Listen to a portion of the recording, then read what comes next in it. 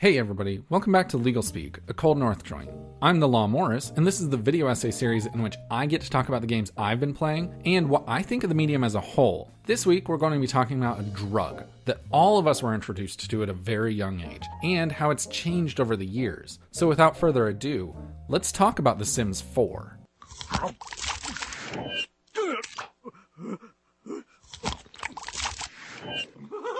I used to play the shit out of The Sims when I was a kid. My sister played it while staying overnight at a friend's house one time, and the next day she begged my mom to drive her to Target to buy a copy. I had no idea what this game was all about, and as a result, I had very little interest initially. But after seeing her play, I, just like everyone else, was inexplicably driven to play this silly-ass game. My sister and I were hooked early, and The Sims went on to become one of the few games that she was more interested and obsessive over than I was. She bought every expansion pretty much as soon as they were released, and would play for hours on end. And honestly, some of my most treasured memories of video games are watching my sister play and feel as excited about a game as I was. It was a series that I fell off of almost as soon as the first full-blown sequel was released. And for a while, I've wondered what has become of the games. So when The Sims 4 was on sale on PSN for $8 a few weeks ago, there was no better time to find out. This isn't a review of The Sims 4, it's just a perspective of a player coming back to the series after a very long time away. The Sims used to be a game that was two very different experiences that complemented each other well. Everyone listens to me, no matter how dumb my suggestions are. Turns out, it's still a game that is essentially two games in one that feed off of each other. The Sims consisted, and still consists, of a building game that allows players to design their own homes and run wild with cheats, and a completely absurd life simulation game, where players have to handle the smallest details like sending their Sims to the bathroom on a regular basis, and the unrealistic, like being haunted by dead family members you didn't even know existed.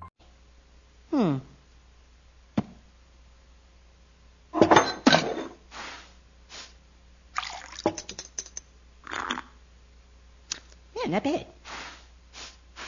These two radically different experiences are designed in such a perfect way to make the player want to expand on the other that even before Minecraft, The Sims was a life-sucking monster that always pushed the player to just do this one last thing. Then before they knew it, they had lost their entire Sunday to building and living and building more, then living in the building to drive them to build so they could live to build. Two unique games that have been engineered to fit perfectly into one another, that can be a dangerous thing, and it's the reason that I don't get to spend as much time with my girlfriend anymore. Not much has changed when it comes to the building game. It's still made up of what seems like unlimited options and potential, but when you really need something to work a certain way, the game couldn't possibly be more limited. When I was a kid, I was a firm believer that The Sims was the best way to model building a home for anyone who is rich enough to design their own home, and build from the ground up, of course. And today, with absolutely no expanded knowledge on the subject, I'm willing to say that that hasn't changed. It's a fantastic way for teenaged couples to fantasize about a future they'll never be able to afford. Young adults to design something together and fight about the color of a bathroom wall that will never exist in real life. And older couples to map out how they want to put off retirement until they're 80. In fact, as I was writing this, it occurred to me that The Sims is essentially just IKEA in software form. Would it be considered a conspiracy theory to think that The Sims was somehow financed by IKEA, or that IKEA is secretly owned by EA?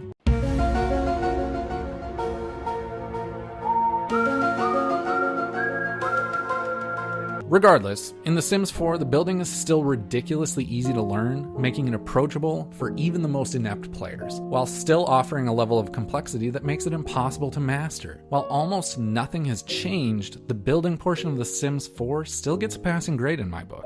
Once you're done building all of your houses and pools and doorless sheds you use to lock unwanted stepchildren in so they don't bother you while they're starving waiting for child protection services to take them away, what's left is the living game. And this is where the biggest improvements have been made. When I first started playing the living portion of the game, I was blown away. I could take my Sims to other places to meet other Sims. I wasn't forced to just wait for the neighbors to walk past and hope I was quick enough to sprint out and have some sort of human interaction with them. This was amazing. amazing. But then, after 2 weddings, 1 failed marriage, 2 girlfriends, 1 boyfriend, 2 children being taken away by CPS, and roughly an hour of gameplay, it occurred to me that there were 2 full entries with their own numerous expansions between what I last played and this game. After some research, it appears as though there has been some level of regression back to a more contained experience after The Sims 3 was a far more open and free experience. From my perspective, what's available now is fantastic and fun, but if I was someone that had stuck with the series, I can see myself being a bit disappointed. But I'm not that person, so I'm not disappointed.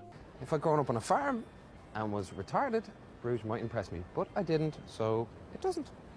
As someone who only played the first game and all of its expansions, The Sims 4 is an excellent update to the core concept of the original game. Managing the needs of the Sims, progressing their lives, and providing them with social interactions is all still there, but now there are some excellent new additions. When creating my Sim, the very first thing I was prompted to do was select their interests and aspirations. Initially, I wrote this off as a stupid, meaningless decision, but as I got more and more into the game, it became apparent to me that these decisions that I made at the very outset of the game are what guide a meaningful sense of progression. Sims don't live their lives exactly how we want them to anymore.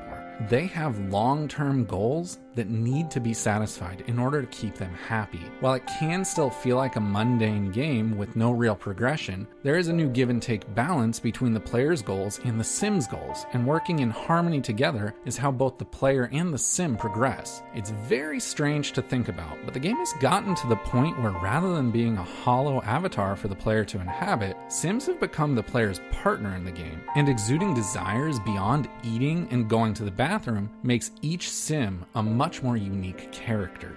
So would I recommend going back to The Sims after all these years? Yes, but only do it when the game is cheap. And when you do, be careful to only play the game for 1 day of nostalgia, because above all else, it's designed to be addicting. I was excited to get the base game at such a reasonable price, and it wasn't until about hour 8 of my first day of playing when $200 for all the expansions started to not sound so bad that it occurred to me that EA is a straight-up drug dealer. They gave me the first taste for a measly $8 because they like me, right? But then, once I'm hooked, they jacked up the price. If you'd like to buy some, they're only $1 each. Oh, so that's your little plan. Get us addicted, then jack up the price. It was a fun game when I was a kid. And to no surprise, it's still a very fun game. The improvements that have been made to the series are substantial and exciting, and would definitely be worth buying if this was the only game I was playing. But it's not the only game I'm going to play. My 11-hour day with The Sims 4 was an excellent trip down a drug-addicted memory lane, and for that reason, I don't plan on ever going back to the series until The Sims 7. How come Charlie? Why would you do this to us, Dad? Because you are crackheads, children.